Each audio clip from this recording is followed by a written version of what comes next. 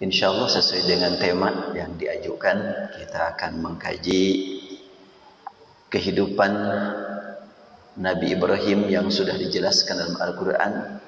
Dua orang yang Allah pilih menjadi uswatun hasanah, itulah Ibrahim dan Muhammad alaihi wassalatu wassalam. Dalam surat Al-Mumtahanah kita temukan, qad kanat lakum uswatun hasanatun fi Ibrahim walladzina ma'ahu idz qalu liqaumihim inna bura'a'u minkum. Sedangkan untuk Nabi Muhammad, laqad kana lakum fi Rasulillah uswatun hasanah. Dari yang disebutkan dalam hadis, ada 124.000 nabi, dipilih 300 sekian menjadi rasul, 313, 14 sampai 16, para ulama berbeda pandangan. Dari nabi yang berjumlah sebanyak itu dan rasul sebanyak itu, dipilih 25 orang untuk disebutkan dalam Al-Quran, sehingga nama-nama mereka wajib kita imani. Dari 25 orang yang disebutkan dalam Al-Quran, ada 5 orang yang Allah angkat menempati posisi sebagai ulul azmi, yaitu orang-orang yang memiliki niat yang kuat, semangat yang meningkat, istiqomah dalam bersabar dalam taat.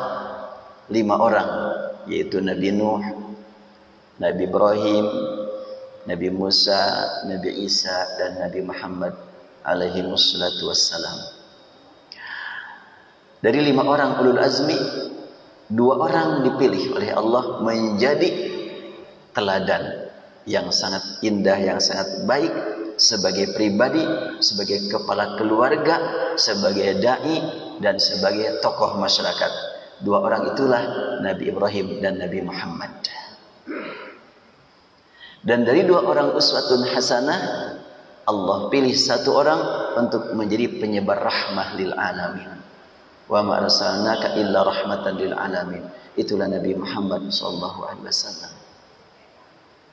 Kalau Nabi Muhammad, Nabi yang membimbing kita untuk menuju Allah, ada sebagai Nabi yang paling tinggi kedudukannya, bahkan sebagai penyebar rahmah lil alamin, maka kita sebagai umatnya harus menjadi penyebar rahmah lil alamin.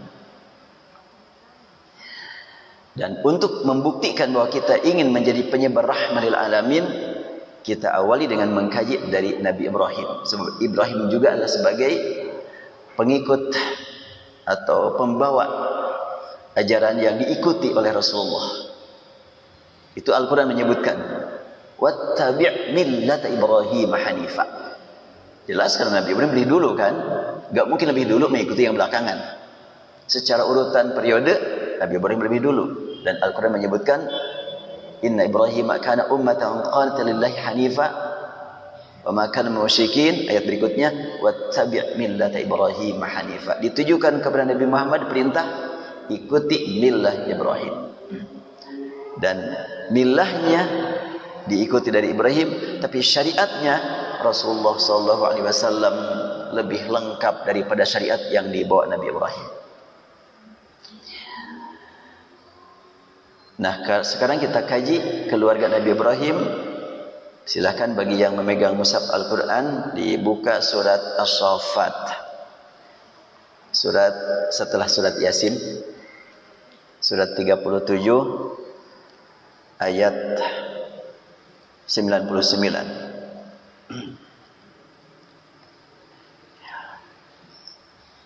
Saya bacakan sejenak. A'udzu billahi minasy syaithanir rajim. Wa qala inni dhahibun ila rabbi sayahdin. Rabbi hab li minas shalihin. Fabashsharnahu bighulamin halim. فلما بلغ معه السعي قال يا بني إني أرى في المنام أني أذبحك فانظر ماذا ترى قال يا أبت افعل ما تؤمر satajiduni insyaallah minas sabirin. Wa qala, dan Ibrahim alaihissalam bersabda setelahnya beliau bertambah keimanannya kepada Allah, bertambah yakin bahwa Allah melindungi beliau, yaitu setelahnya beliau menghadapi tantangan yang sangat berat dari semua arah, hingga sepakat masyarakat yang anti Ibrahim harus membakarnya, sehingga mereka bikin gunung dari api. Dikumpulkannya kayu bakar sebanyak-banyaknya, dikasih minyak, setelahnya itu langsung dinyalakan, setelahnya api nyala sampai begitu tinggi, dan dari kejauhan pun tidak sanggup orang mendekatinya karena panasnya sampai kemana-mana, sehingga tidak ada yang mampu mengantarkan Ibrahim ke dekatnya, sampai pakai alat untuk dilemparkan. Oleh Allah dibiarkan, upaya orang kafir dibiarkan sampai habis akal mereka, membakar kayu bakar begitu banyak. Mereka yakin Ibrahim akan mati, matinya dengan proses yang sangat menyakitkan. Ketika Ibrahim dilemparkan pakai alat, nggak tahu sebesar apa alatnya ya, untuk melemparkan Ibrahim. Kalau ketepel kan kecil aja. Nah, Ibrahim kayak seperti itu alatnya, dilemparkan. Allah biarkan api nyala, Allah biarkan kayu bakarnya habis, dan Allah biarkan Ibrahim dilemparkan. Tetapi api ciptaan Allah, panas yang ada pada api ditakdirkan oleh Allah. Bila Allah menugaskan api yang begitu panas membakar yang lain-lain, Allah tugaskan kepada api, engkau sekarang bertugas untuk menjaga Ibrahim. Ternyata oleh Allah justru api menjadi petugas Allah untuk menjaga Ibrahim. Allah berfirman kepada api, ya narukuni bardan wa salaman ala Ibrahim. Wahai api, jadilah engkau sejuk-sejuk saja, dan sebagai penjaga benteng yang dapat menjaga keselamatan Ibrahim. Khusus untuk Ibrahim, tapi ya, jangan dicoba-coba. Sebagaimana kepada Ibrahim, gak masalah, aku coba deh api dia pegang, jangan. Khusus untuk Ibrahim, wassalaman ala Ibrahim. Allah Maha Kuasa. Ketika Ibrahim dilemparkan ke dalam api, matikan api itu dengan cara yang Allah kehendaki. Entah turun hujan, entah bagaimana, tapi Allah tidak begitu menghendakinya. Justru dibiarkan usaha orang kafir sampai habis, dan mereka anggap bahwa Ibrahim akan hancur. Maka dilemparkan ke dalam api. Ternyata api menjadi tentara Allah menjaga Ibrahim. Nah, kalau sekarang kita menghadapi berbagai kondisi di negeri kita, saya barusan ngobrol, kondisi sekarang di Indonesia ini adalah semakin jelas ketidakjelasannya. Yang jelas-jelas disembunyikan, yang tidak jelas ditampilkan. Jadi mau dibawa kemana? Ya semakin jelas ketidakjelasannya, gitu aja. Dan nanti Allah akan menggantikan dengan yang pasti jelas. Dulu banyak tantangan bagi para siswi, para mahasiswi yang bagaimana lanjutannya? Belakangan para pejabat pakai pada jilbab. Nah, tidak mustahil kalau sekarang umpamanya pendidikan semakin tidak jelas, mungkin Allah punya program dibalikan semua pendidikan ke masjid. Hebat tuh. Dari dulu juga masjid tempat pendidikan tuh ya. Kalau di masjid, oh lebih suci, lebih bersih, tidak mustahil. Nanti masjid akan lebih berfungsi, lebih bermakna, tidak mustahil. Sehingga yang lain-lain petugas dari masjid, tidak lagi petugas dari menteri pendidikan, tapi dari imam. Insya Allah. Entah bagaimanlah program Allah, pasti kita husnuzan saja kepada Allah Subhanahu wa taala. Baik, kita lanjutkan. Waktu kita sangat sempit nih. Allah berfirman, "Inni dzahibun ila rabbi sayahdin." Ungkapan Ibrahim menyatakan setelahnya beliau diamankan oleh Allah dari pembakaran, maka Nabi Ibrahim memohon menghadap kepada Allah, "Inni dzahibun ila rabbi sayahdin." Aku setelahnya diamankan, aku akan menghadap kepada Rabbku, pasti Rabbku akan berikan petunjuk padaku. Dan kalimat sayahdin ini dialami juga oleh Nabi Musa dulu. Ketika Nabi Musa sudah berada di pantai, di belakang pasukan Fir'aun 2 kali lipat jumlahnya daripada umat Nabi Musa. Mereka lengkap dengan senjata. Nabi Musa tanpa senjata, umat Nabi Musa tanpa senjata. Ke depan adalah laut, ke belakang adalah musuh. Umat berrokun, wahai Musa, kemana lagi kita harus lari? Ke depan laut, ke belakang musuh. Pasti kita akan dihabisin. Nabi Musa berkata, "Kalla, inna ma'i rabbi sayahdin." Enggak begitu. Enggak, gimana? Kita mau kemana? Inna rabbi sayahdin. Rabbku akan berikan petunjuk padaku. Mari kita jadikan pegangan ini. Rabbi sayahdin. Untuk menghadapi sekian banyak masalah. Gimana putra-putrinya? Masih belajar sambil ngantuk di rumah? Ya Allah, di sekolah aja ngantuk, apalagi di rumah nih, kata teman-temannya. Apakah akan dibiarkan nih anak-anak putra-putri kita di Indonesia ini menjadi bodoh ini? La haula wala quwwata illa billah. Sudah tidak serba tidak jelas. Tapi kita yakin, inna ma'i rabbi sayahdin. Zahibu ila rabbi sayahdin. Aku akan menghadap kepada Rabbku. Dan kapanpun kita bisa menghadap kepada Allah. Sedang di tengah malam, di siang hari, sedang di dapur, sedang di perjalanan, kita menghadap kepada Rabb.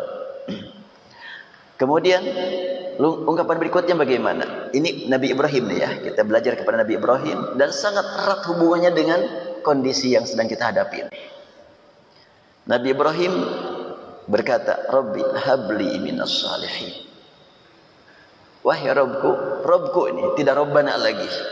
Karena terasa betul betapa lemahnya diriku kalau tidak mendapatkan bimbingan Engkau ya Allah. Rabbi habli minas salihin. Wahai Rabbku, berikan padaku keturunan yang soleh. Mau pinter, yang penting soleh. Mau cerdas, yang penting soleh. Apa artinya cerdas dan pintar kalau tidak soleh? Mau kaya, yang penting soleh. Jangan sampai mau miskin yang penting soleh. Enggak begitu. Mau kaya yang penting soleh. Mau pintar yang penting soleh. Mau cerdas yang penting soleh. Kita berharap begitu kan? Tapi kalau sekiranya tidak cerdas, tidak kaya, itulah kesolehan yang paling penting buat kita. Sebagaimana ungkapan Nabi Ibrahim, Rabbi habli minas salihin. Bila kesolehan dimiliki, dalam kondisi kaya raya akan digunakan harta untuk ibadah. Ketika tidak punya kekayaan akan semakin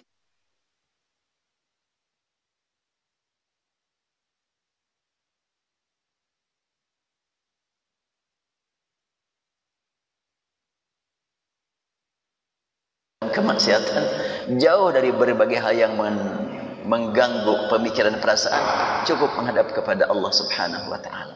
Semuanya kalau dengan kesolehan akan bermakna. Makanya doa Nabi Ibrahim, Rabbi habli minas salihin. Dan setelahnya Nabi Ibrahim memohon kepada Allah untuk diberi keturunan yang saleh. Fabasyarnahu bigulamin halim.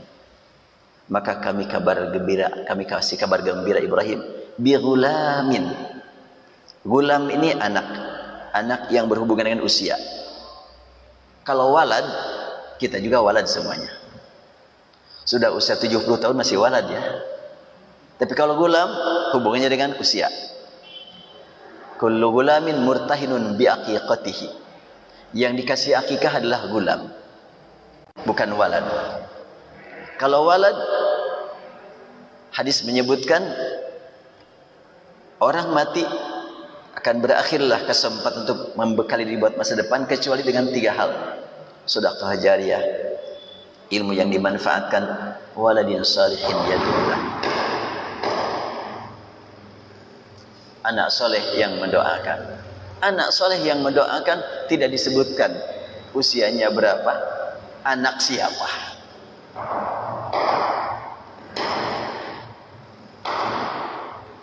Apa nih? Sampai tidak disebutkan anak siapa, waladin salihin. Mari kita jadikan anak siapapun sebagai anak yang soleh. Kalau soleh pasti akan berdoa untuk kepentingan semua manusia yang beriman. Kalau soleh, makanya sungguh beruntung, berbahagia bapak dan ibu yang suka ngurus anak, entah siapa ayahnya dan ibunya. Artinya para ibu guru, para bapak guru yang berjuang agar murid-muridnya menjadi anak soleh, kan mereka akan senantiasa mendoakan umat Islam. Ini di luar ya? Apa di masjid?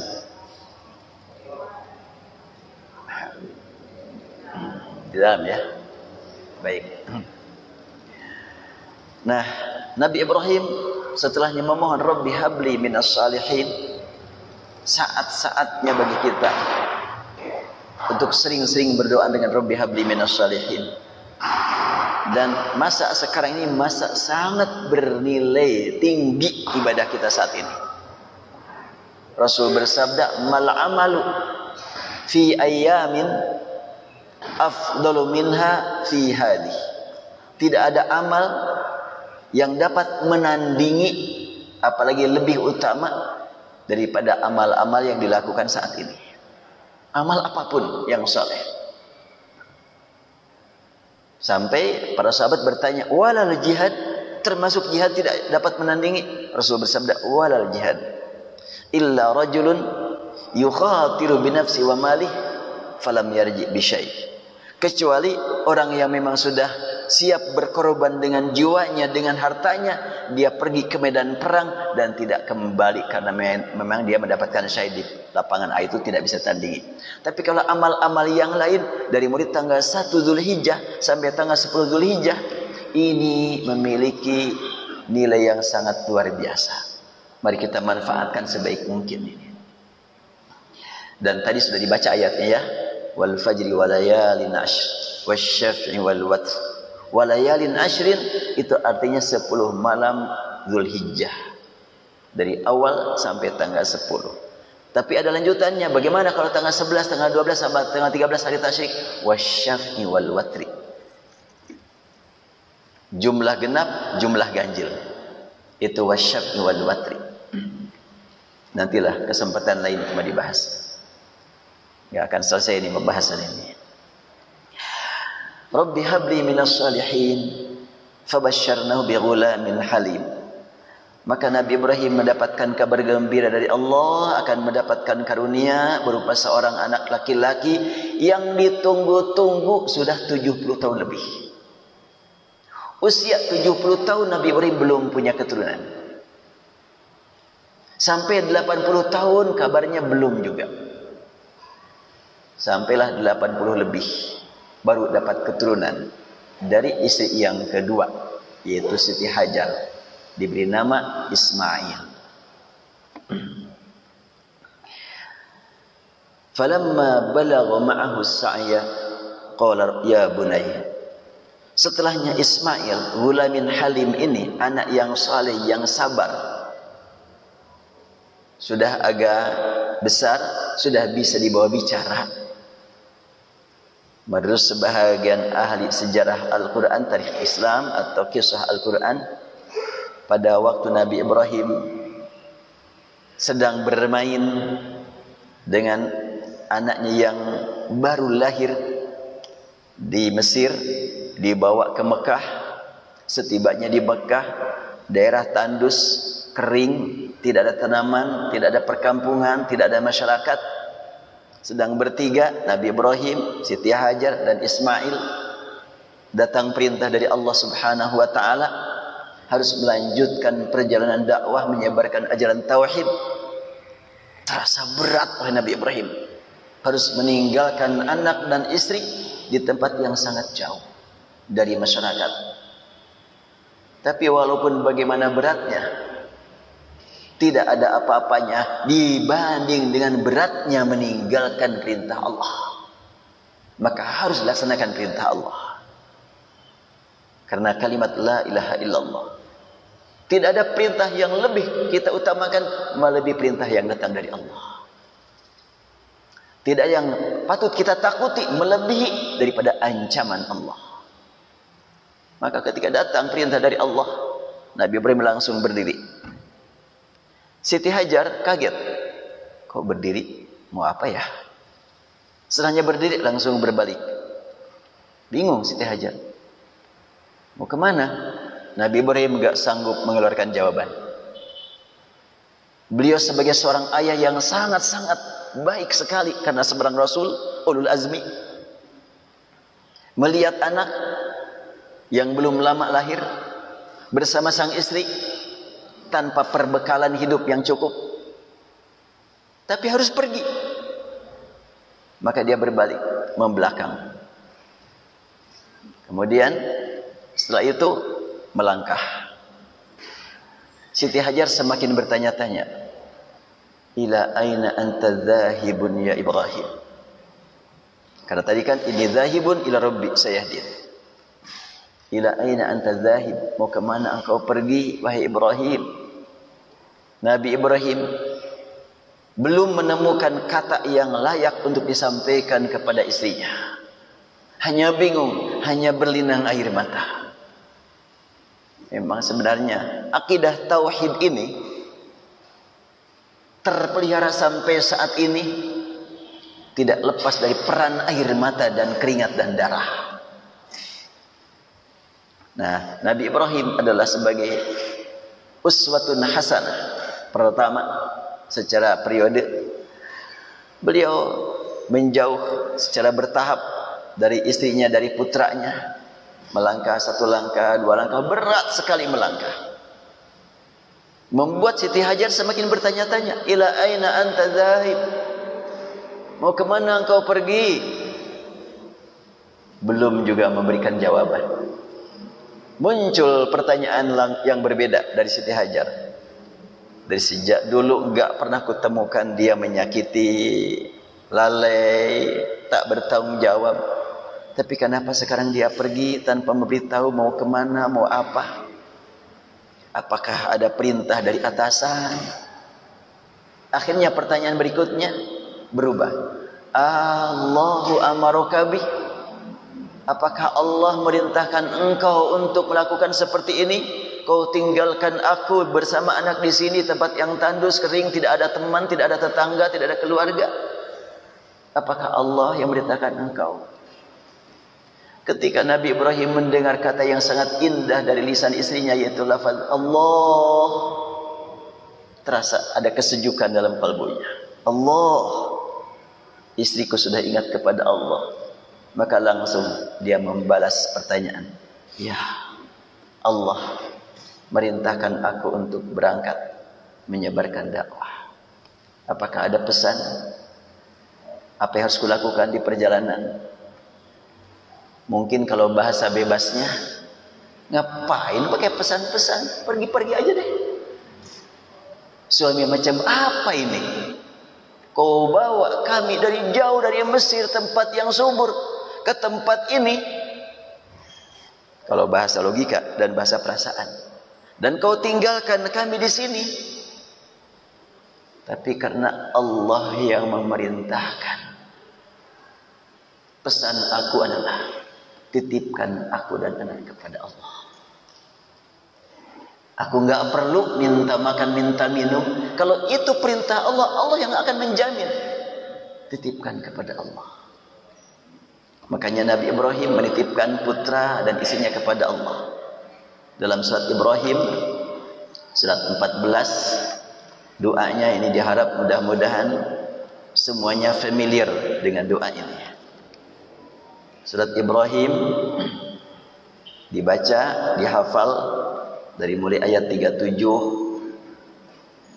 sampai ayat 41. Nanti kalau bulan depan kesini lagi, saya mau ngecek satu persatu hafalkan. Ya.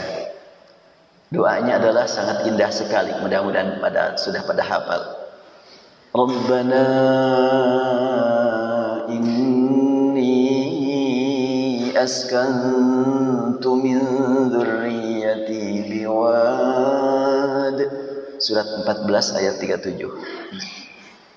بواد غير ذي زرع عند بيتك المحرم ربنا ليقيموا الصلاة فاجعل أفئدة من الناس تهوي إليهم وارزقهم من الثمرات لعلهم يشكرون. Silahkan nanti dibaca terjemahnya ya. Itu adalah praktik Nabi Ibrahim menitipkan keluarga kepada Allah. Sangat tepat untuk sering-sering kita baca doa ini. Kalaulah kondisi atau sistem pendidikan sekarang seperti ini membuat semakin jelas tidak jelasnya, udah titipkan kepada yang maha jelas dan pemilik segala-galanya kebijakan, pemilik alam raya Allah Subhanahu wa ta'ala. Kita lanjutkan.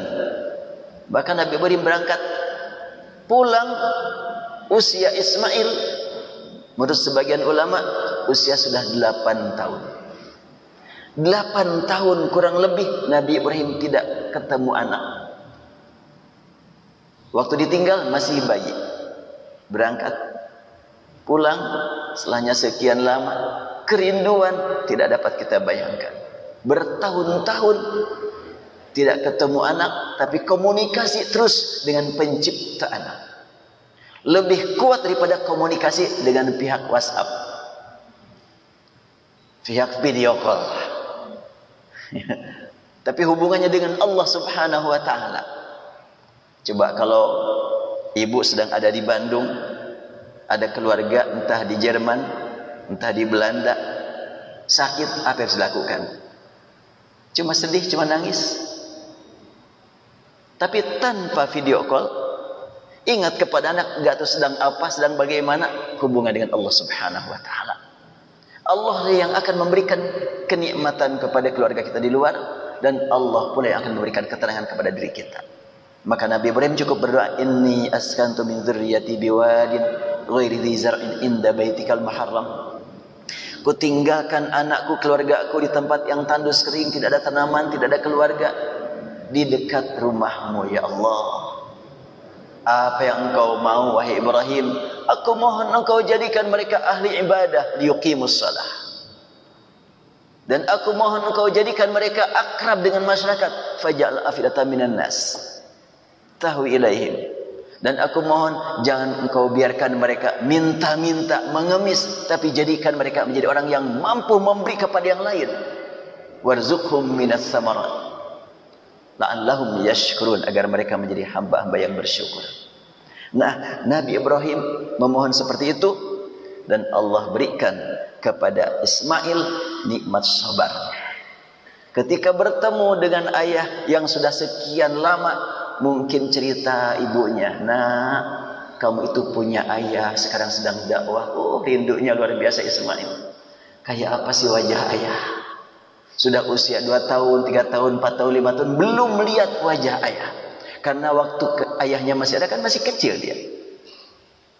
Sudah lewat 8 tahun dipertemukan oleh Allah dengan ayahnya. Ternyata begitu akrabnya sang ayah yang sudah merindukan ketemu anak bertahun-tahun.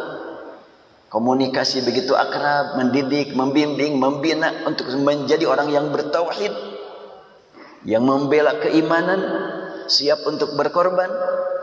Tiba-tiba datang perintah dari Allah yang lebih berat lagi. Bagaimana perintahnya? Perintahnya pun datang melalui mimpi lagi. Aduh, cukup berat.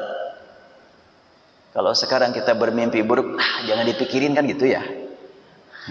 Kalau mimpi baik, ya mungkin berpengaruh, mungkin enggak. Itu mah bunga tidur. Bagaimana Nabi Ibrahim? Mimpinya beliau seorang Rasul ulul azmi, wahyu. Maka pas bermimpi, pas bangun, tentunya terbayang, gemetar, berlinang air mata. Aku harus melaksanakan tugas dari Allah. dengan membunuh anak. Ya Allah, membunuh anak. Tapi ya ini perintah dari Allah. Sudah komunikasikan dengan baik. Sejauh mana kesiapan anak menghadapi ujian yang sangat berat. Maka Nabi Ibrahim mendekat kepada anak, sini. Pas sudah dekat, sini. Tentu dipeluknya, dielusnya. Ya bunaya, anakku, sayangku, ujang, encep, bager, kasep. Kalimatnya ya bunaya, bukan yabni. Kalau ibni, anak secara umum. Tapi kalau ya bunaya, panggilan penuh manja. Yang disertai dengan kesayangan yang tak terhingga. Ya bunaya, nah sayangku, kaulah harapan masa depan dakwah yang ayah sampaikan sejak sekian lama. Iya siap ayah. Tapi ayah bermimpi tadi malam. Mimpi. Sampaikanlah mimpi apa? Pasti mimpi engkau adalah benar. Termasuk kalau engkau harus menjadi sasaran mimpi ayah. Iya sampaikan dulu apa mimpi ayah. Allahu Akbar. Lama tidak bersama ayah, hidup bersama ibu. Mungkin bahasa sekarangnya ayah tidak punya jasa apa-apa, tidak punya peran. Tapi pas datang, belum lama bergaul, tiba-tiba ayah menyampaikan mimpi. Dan mimpinya menurut bahasa kita sangat buruk. Buat dirinya dan buat anaknya. Menurut bahasa kita, bukan bahasa iman. Bahasa logika, bahasa masyarakat buruk sekali. Ya bunayya, inni ara fil manam. Wahai anakku, sayangku, aku bermimpi. Mimpi apa? Anni adbah, mimpi menyembelih engkau. Oh, menyembelih aku? Iya nak, menyembelih engkau. Betapa beratnya Nabi Ibrahim kita bayangkan menyampaikan kalimat itu. Sebab mimpi ini bukan sembarang mimpi, tapi perintah dari Allah. Anni adbahuk fanzur madza tara. Gimana pandanganmu? Jawab Ismail bagaimana? Di luar dugaan. If'al ma tu'mar. Satajiduni insyaallah minas sabirin. Laksanakan apa yang diperintahkan, Terserah siapa yang merintah. Aku yakin tidak mungkin ada yang merintah engkau selain Zat yang Maha Kuasa, yang Maha Agung. Tapi tidak mendahului ungkapan Nabi Ibrahim. Nabi Ibrahim tidak bersabda, Allah merintahkan aku menyembelih kamu. Enggak begitu. Tetapi dijaga perasaan anak. Tidak langsung ditekan, pokoknya ini perintah dari Tuhan, terima. Enggak begitu. Kalau disebut nama Allah, berat sekali. Tapi ucapan Nabi Ibrahim adalah inni adbahuk fanzur madza tara. Bagaimana pandanganmu? Engkau sebagai orang yang sabar, orang yang soleh, bagaimana pandanganmu? Ternyata jawaban Ismail, if'al ma tu'mar. Satajiduni insyaallah minas sabirin. Ceritanya ini panjang, kita ambil ujungnya saja.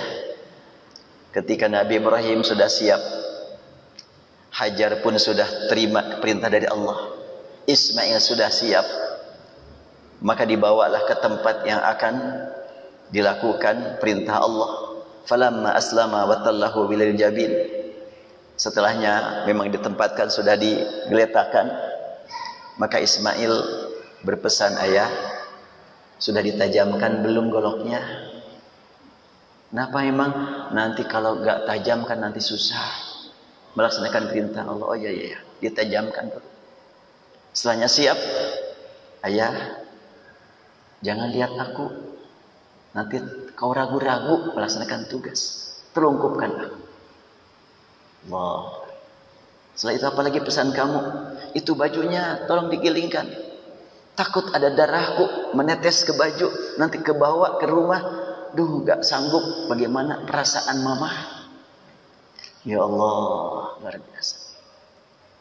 Setelahnya dipatuhi, dilaksanakan pesan anaknya. Maka Nabi Ibrahim sudah meletakkan goloknya di leher, tinggal digerakkan. Pas mau menggerakkan, lemas. Gimana gak lemas? Nyembelih anak satu-satunya. yang sudah ditunggu puluhan tahun. Lemas sekali, gak bisa bergerak. Ya Allah, lemas sekali badanku, dan Engkau Maha Agung. Makanya ketika dia mau menggerakkan golok tidak bergerak, langsung dia mengagungkan Allah. Allahu Akbar, Allahu Akbar, Allahu Akbar. Setelahnya bertakbir, disambut oleh makhluk-makhluk yang lain. Ya Allah, hamba-Mu telah membuktikan ketauhidannya. La ilaha illallah, Allahu Akbar. Maka setelahnya ada tahlil dari seluruh makhluk malaikat. Barulah Nabi Ibrahim bisa menggerakkan goloknya itu. Dan ternyata yang disembelih oleh Nabi Ibrahim adalah bukan Ismail.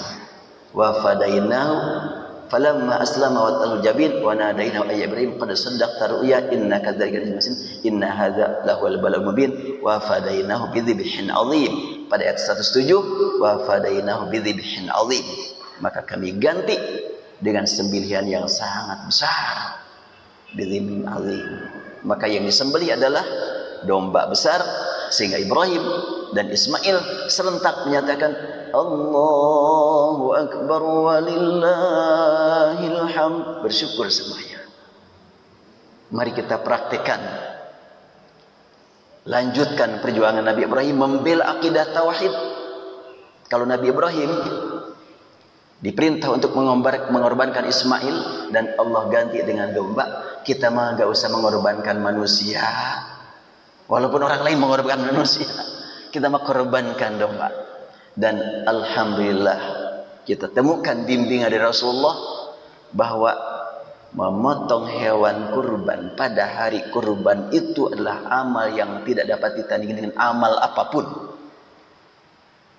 Kalau ada seorang yang berbicara mengatakan sekarang ini masa pandemi, ganti aja dengan sedekah, enggak bisa ditandingi.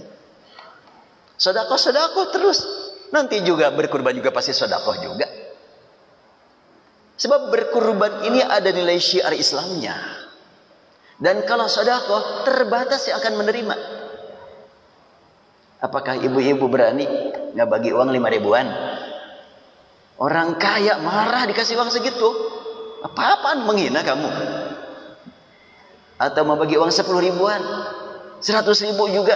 Mungkin yang kaya akan marah, tersinggung. Bagi-bagi uang 100 ribu, 50 ribu, apalagi 20 ribu, 10 ribu. Tapi kalau nggak bagi daging, semua orang menerima. Bahkan non muslim silahkan dikasih sebagai bukti syiar Islam. Oleh karena itu Rasul memberikan penegasan, man kana lahu malun falam yudhi fala yaqrabanna musallana wa man wajada sa'atan falam yadhbah fala yaqrabanna musallana. Siapa yang punya harta, kalimatnya siapa yang punya harta, enggak disebutkan punya harta sadomaeun, enggak, sasapieun, enggak. Siapa yang punya harta, berkorbanlah. Enggak berkorban, jangan dekat-dekat tempat salat kami. Siapa yang punya kelapangan, berkorbanlah. Kalau enggak, jangan dekat-dekat. Itu saking pentingnya berkorban. Jadi bagaimana kalau uangnya hanya cukup untuk setengah domba? Ya udah, bergabung dengan yang lain. Boleh gitu. Satu domba untuk berdua, untuk bertiga, untuk berempat. Ini memang bahasan yang perlu waktu panjang. Yang jelas Rasulullah, kita kembali kepada Rasul, tidak menyamakan kurban dengan hadyu, dengan akikah, dengan dam. Enggak, beda kurban itu. Setiap kali Rasulullah menyembelih domba, kambing, sapi, unta untuk berkurban, beliau tidak menghitung batasan yang diatasnamakan sebagai pengeluaran kurban. Enggak. Berkali-kali didengar oleh para sahabat, Rasul menyembelih seekor domba, Bismillahi Allahu Akbar, hadza anni wa amman lam yudhi min ummati. Allahu Akbar, Bismillah, Allahu Akbar, ini aku sembelih ya Allah atas namaku dan umatku yang belum berkurban. Oh kan, menyembelih 2 ekor, ini atas nama aku dan keluargaku, dan ini atas nama umatku yang belum berkurban. Sering itu terdengar oleh para sahabat. Cuma ini belum memasyarakati kita. Ya nanti ibu-ibu karena masa pandemi sekarang nggak apa-apalah satu keluarga untuk 1 ekor sapi aja ya. Tapi keluarga saya ini 20 orang, ya cukuplah 1 ekor sapi aja. Keluarga saya cuma bertiga, nggak apa-apalah 1 ekor domba, nggak apa-apa. Atas nama sekeluarga, itulah biasa Rasulullah bersama para sahabat. Abu Ayyub Al-Ansari ditanya, bagaimana keadaan Rasulullah pada waktu Rasulullah berkurban? Kata Abu Ayyub, kana rajul yudahi bisyati anhu an ahli baitih. Kata Abu Ayyub, zaman Rasul biasa seorang berkurban 1 ekor domba atas nama dirinya dan keluarganya. Yang paling penting kita berjuang sesuai kemampuan. Karena kalimat juga man wajada sa'atan, man kana lahu malun. Siapa yang punya harta, berkurbanlah. Tidak disebutkan seberapa hartanya. Jadi kalau begitu silahkanlah sesuai kemampuan masing-masing, perlihatkan syiar Islam. Kita nggak terpengaruh dengan COVID-19, enggak. Justru kita jawab dengan kurban. Sekian banyak kekhawatiran kita langsung jawab. Hamba-hamba Allah, karena waktunya sangat terbatas dan saya jam 10 menit lagi saya akan ditelepon, dikasih Zoom dari luar, sehingga sebentar lagi saya siaran di luar. Itu dari Kuala Lumpur yang membahas ini juga. Jadi saya cukupkan sampai di sini. Insyaallah di kesempatan kita bertemu lagi. Subhanakallahumma bihamdik nasyhadu an la ilaha illa anta nastaghfiruka wa natubu ilaik. Rabbana hab lana min azwajina wa dhurriyyatina qurrata a'yun waj'alna lil muttaqina imama. Rabbana atina fid dunya hasanah wa fil akhirati hasanah wa qina adzabannar. Walhamdulillahi rabbil alamin. Assalamualaikum warahmatullahi wabarakatuh.